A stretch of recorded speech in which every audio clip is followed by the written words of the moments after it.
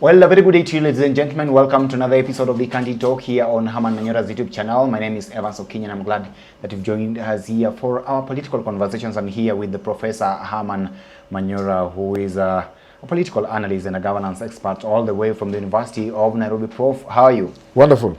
Wonderful. Okay. Thanking God for every day. Yes. Our former Attorney General and, of course, CES in charge of public service, JB Muturi, has decided to go explosive with very, I'm not even getting the right word to describe the kind of accusations that he has. It's gone ballistic. In fact, that was beyond ballistic. In Yes. fact, I'm still looking for the right word. But then, anyway, what do you make of all these things that are happening here? One, in the first place, want to understand. What has he said? I don't know what he has said. He's revealed much about several claims about the president being corrupt. In fact, he said he's irredeemably corrupt. And he says here that the reasons as to why he decided to quit was not actually what the president gave us back then, because the president was terming him quite important. But he's saying here that he was not incompetent. And at the same time, he's saying here that, look, there were several shoddy deals, very corrupt deals in this government, which he decided to stay out of and did not append his signature to. And that is why he fell out with the president. That's what everybody says when they have lost favor with the system. So what do you make of these accusations? Is this somebody being bitter, or is it just decided? Okay, Kenyans will be happy to hear that. We will be happy to know that. But it doesn't really redeem him. But Kenya being what it is, people celebrate him. But the question you must ask him, why did he wait until he was fired or until things were bad? And that is the question we are Why didn't he tell us these things before? Why didn't he show us one of the things he was being asked to sign? Unaona hii Ruto ameniambia hii mimi nakataa. Afadhali anifute. Mbona hakutuambia moja? They should not take us for fools. Yeah. So, but then people would have said back then that he would be rocking the boat from within, just as it was said during the why? So, you see, I've always told Kenyans, these jobs they are given, it's not a matter of life and death. Some of us don't have those jobs, and we don't have the big money there, but we have not died because we don't have money, or we don't have those big jobs. You know, to a Kenyan, they can do anything to keep these big jobs. So now they come and tell us later. They should have told us then and left. We want to see a man quitting. I want to see a judge saying, I cannot bring myself to pass this sort of judgment. I'm going home. I come from Rusinga Island, let me go and fish. I want to hear a judge say that. I want to see a cabinet secretary disagreeing with Ruto in cabinet and walking out. Or what you're saying about... And going to his office to pick his things and go and rear goats. He says, where he comes from. He says in that particular cabinet that we are having right now, nobody can even look at the president twice. Why didn't he look at the president? Why is he looking at him now? He says that all these people are fearful. I know that. He can't tell so, but that doesn't absolve him. He's just one of those ones who are afraid and cowardly. So now he's outside, he's speaking. He should have spoken when he was in the cabinet. He should have said, as the Attorney General, I'm being told to do this and I'm not going to do it. Then, you know, when we have 2, 3, 4 people like that, others will follow suit. It will become common in this country for people to say no. For people to tell the president, keep your job. Me, I will not do this. Okay. So Muturi is not being very helpful. Okay, we celebrate some of the things. People are happy, he's telling us things. Most of it is entertainment. And in his place, people think he's a serious man. They could even make him governor or anything. But from where I sit, it's not helping us. I wish he did those things. He should have said those things when he was deep in cabinet. When he was the AG. But by the time Muturi begins to say these things, he knew he was going out. Where would have those things taken him anyway, if at all he had spoken at that particular time?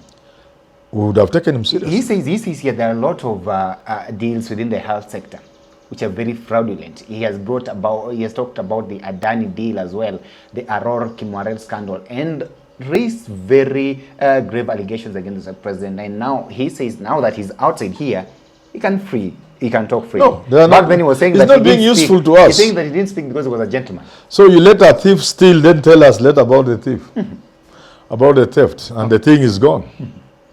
How is that helping us? Okay. Now, But he's doing a good job. Let him tell Kenyans. But I'm encouraging others who are in cabinet, who are judges, who are ministers, principal secretaries, directors, other people who work with governors, under governors, resign. Say, the governor, me, I'm chief officer finance. He wants me to steal money for him. I cannot do that. I'm leaving this job. We want to hear more of those. We want to hear Kenyans leaving their jobs because they have disagreed with the people they serve under, especially in matters of stealing public resources. If a judge is being asked to cook a case, I want to see a judge going home. When they think they will die.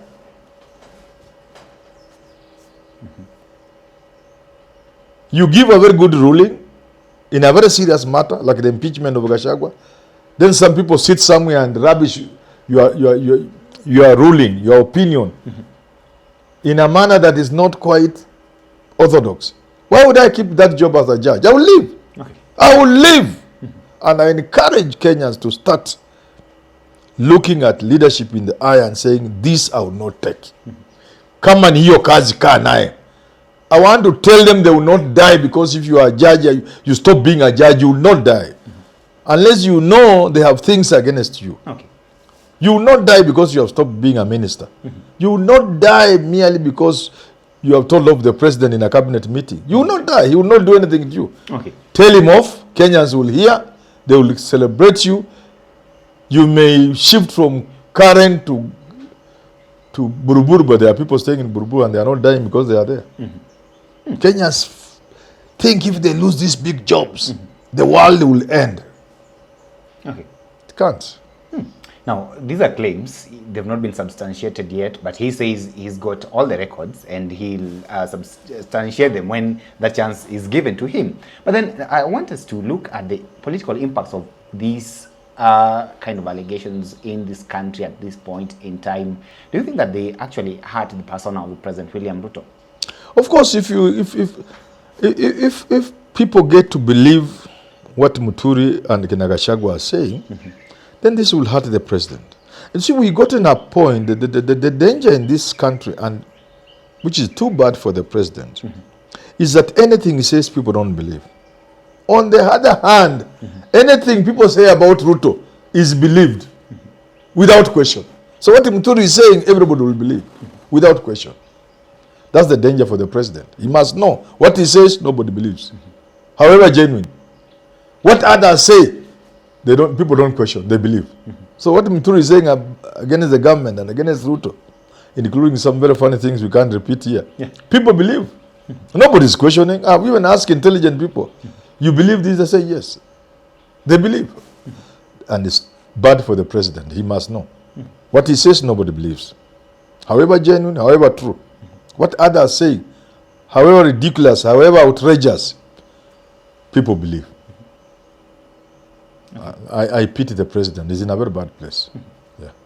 But where do we see it? Would it be a case of Muturi's words against the president's words, and therefore the case would just die that way, as normally in the country? People will believe what Muturi is saying. That's what I'm saying. Okay. And people will not believe what Ruto said about Muturi. In fact, they are questioning, if this guy was incompetent as an AG, why did you make him a minister? By the way. So you see, already they are telling him, we don't believe you. That's how I think his advisors, if there are any, are failing the president. When something occurs, such as the Muturi issue, your advisors should tell you, we know the temptation to talk about is very high. Stop. When you are going to Mount Kenya, the temptation to explain why you sacked Gachagua, very high. Stop. Okay. You get what I'm saying? I get you. Yeah. That's the role of advisors. Many people say that when you meet an alligator and he tells you that I'm just from the swamp there and there's a crocodile, left a very fierce crocodile inside, just believe what the alligator says, because The alligator lives in the water and knows what is happening here. Yes, yes, yes. Do you think that could be the kind of analogy that is now failing the kind of belief that Kenyans have in Muturi? Yes, yes. That he's been an insider and therefore he knows better. Yeah, that's what people believe Muturi. Okay. Whatever he says. How then should the president now actually handle this particular situation? He should sit down with people and think around it. My advice to the president has been simple: talk less, travel less, do more, work. That's my advice. Take time to figure out things, reflect, look at things, address things, and things will become clearer and clearer. In 6 months' time, I've given the president, stop traveling out around the country, say little, don't talk much, but work more. Let the people see the presidential standard. You see, if you are on Harambee Avenue, you see the presidential standard on Harambee House, you know the president is inside. Let them people see that thing. When people used to see the presidential standard, they would know Moi was there, and the crowd will begin to swell around the Harambee House. Let us see more of the presidential standard flying high on Harambee House. We know the president is in from morning to evening. Apelekewe lunch hapa afanya kazi wa Kenya. Tomorrow we see the presidential standard on Harambee House. We know Ruto is working at Harambee House. 1 week we are seeing the presidential standard. People who don't know what the presidential standard looks like, they should see it there. That is the presidential standard. Ruto wako ndani ya Harambee House anafanya kazi. Let him do that for 6 months. Harambee House, State House. Harambee House, State House. If he's bored with Nairobi, State House Mombasa, no delegations. Kazi tu. Kazi tu. Harambee State House, Nakuru. Hakuna delegations, hakuna traditional dancers. Ile ya Kenyatta, kazi tu. Let him do that for 6 months. He will come and look for me. Ruto will come and look for me. He will tell Manyora, how did you know? Things will become so clear. He will see things so clearly. He will begin to see the hangers on and these busybodies around him for what they are. He will begin to see the idiocy around the things these people are telling him. He will begin to see sycophants in its true sense. He will begin to see all this. He will smell them. He will sense. He will begin to dismiss these people around him. Okay. He will tell him, mi niko na kazi. Usikuje, niko na kazi. Don't come. He will begin to remove them from, block them. Kwa simu zake, ataenda kublock. Every evening anaenda sijui WhatsApp kuongea na he will block all those MPs. Because they are telling you things they know you want to hear. The moment you begin to work and you are President Ruto, you will begin to see people really who they are in their true colors. And you dismissed all. In 3 months, you will have dismissed all of them from your circle. You will not even be picking their calls. Because you are working. You are cracking issues that concern the public of Kenya. The public of Kenya, the people of Kenya. The young people of this Kenya. Okay. You say, this Monday, I will not end the week from Monday to Friday without creating 1 million jobs for people, really jobs. Not these things that people, fiction, we keep hearing, 500,000 jobs, importation of export. No, really jobs through really policy change. You'll call the minister in charge of industry and trade, mwambia kaa hapa. I want you to give me a list of goods that come in this country illegally. Counterfeits, fake products. Give me a list. Give me a list of of things that come in this country without paying duties. Things that pass through our Somali border, they come to Isilia and elsewhere. Give me the list. I'm going to fire you in 2 weeks. Give me the list. Next time, sit down, tell me, what will be the impact of us banning the importation of these things? That list you have given me of 100 products. Which one of these we can't ban? Which one can continue coming in this country but to pay taxes because they are not paying? How much shall we raise by projection? Okay. And then you call labor experts and tell them, by banning these products, how many jobs are you going to create? How long will it take for butter to start producing shoes in Limuru? Because there are no shoes coming from China and from India. How many shoes will butter produce given the current population?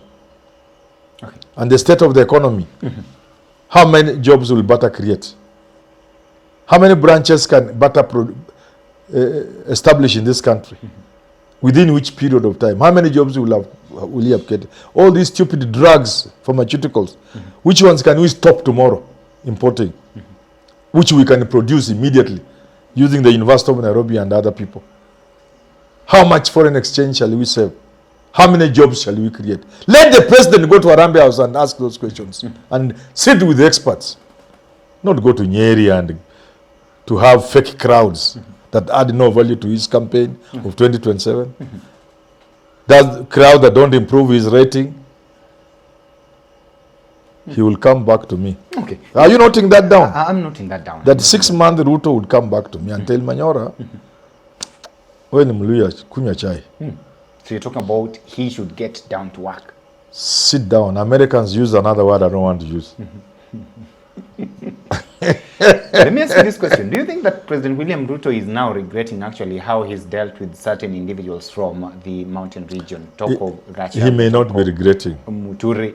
No, he may think if you are, let me tell you this. You know, I'm old enough to know these things. And I've been around and I've interacted with the politicians. I know them. Politicians listen to people around them. That's why people like us, people don't want them around them. Don't want us around them. Because we tell them the truth. They want people who tell them, wachana na Gachagua. Hiyo mountain, hakuna watu. Uliona pale ulikala, uliona watu. Tunakuambiaga mzee, uliona. Uliona? Wakati ulitisha watu Sagana, uliona vile watu walikuja? Uliona vile mama walifanya? That is what politicians love. So he may not even know what you are saying. He may not know things are bad. He may not know the ground is bad. These people around him will give him a make-believe world. He will think everything is rosy and nice. That sacking Gachagua was the best thing he ever did. Ambia unaona mzee, sisi tunakuambia Gachagua alikuwa mjinga. And he will believe it. That's why I want to go back to this thing I've been saying in the past 1 month or so. Let President Ruto stop these visits across the country. Let him stop making promises. Let him talk less. Let him sit down and work for Kenyans. In 6 months' time, he will come and look for me. All these people around him, he will begin to see them for who they really are. Because mtu anakupigia simu na sahiyo uko Harambee House unafanya kazi, unaanza kuona kumbe hii takataka tu. Look, I'm doing serious work. Na yeye ananiletea fitina. Hata uliona Keteri huko Nandi No, wacha Keteri hapa yuke huko. Mimi niko na kazi naofanyia wa Kenya. Sio kama unanielewa? Hata natembea huko Trans Nzoia anaharibu, wacha haribu, anaharibu kitu gani? Kenyans will notice that the president is no longer making just promises. He's working for them. Yeah. But the question that has been asked all over is that, does your president listen? He will listen if he listens to me. Let him not listen to everybody. Because let him for once listen to one person. His name is Manyora. And what is Manyora telling him? Stop talking a lot. Stop making promises. And stop visiting all corners of this country. Watu wamekuona ya kutosha. Surely. Okay. Watu wamekuona. Hakuna kona. Mimi hata kijiji yangu amefika huko. Mimi ni Luombeni, amefika hapo Gimarakwa, akaenda ndani hapo. Yaani ameingia mpaka ndani mashinani. Okay. Kisambai anajulikana kwetu, hata yeye anajua. Watu wamemjua, wamemuona ya kutosha. Wamesikia sauti yake, sasa hata wanajua huyu ni Ruto. Okay. Sasa awache kuzurura, awache kupeana ahadi za zisizo na mwisho. Akae State House afanyie watu wa Kenya kazi. Akae Harambee House afanyie watu wa Kenya kazi. Baada ya miezi 6 Ruto ataona tofauti. Na atanitafuta mimi. Na ataninunulia chai. Kwamba Manyora, afadhali ningekusikiza 2022. Hii shida nimepitia singepitia. Lakini maadamu nimebadilisha, nimesikia maneno. Asante sana. Kunywa chai nyingine kikombe ya pili na ya tatu. Finally, as we wind up this conversation, Prof, this is somebody who has occupied the office of the Attorney General in this country. Yes. This is, of course, the principal legal advice, kind of office to the president. And he comes out with all these allegations. Does it mean that even all these tags that he's actually now putting on the president, irredeemably corrupt, unfit to be president? Yeah? Do you think that Kenyans are going to buy this idea? I've told you, Kenyans will believe. Believing is one thing, but somebody would ask, kama ni wizi, did we know about it yesterday or today? Kenyans don't ask those questions. It's me who is asking, and people like me and you. But the ordinary person, ameamini Muturi anasema ukweli. Kisha hiyo natosha. Do you think that there are people who will still believe what Muturi said, but still go ahead and vote for President William Ruto in 2027? Of course, there will be people. Yeah, but it will affect the people who believe in the president strong enough to vote for him. The numbers will go down for the president because of Muturi. That's unfortunate, but it's true. So the people would say... It's unfortunate for the president, but it's true. Yeah. So the people would actually say, kama ni mwizi ni wetu. Yeah. It's corrupt is ours. Yes. And they will still... But that number now... Yeah, that number will... That number, unfortunately for the president, is dwindling.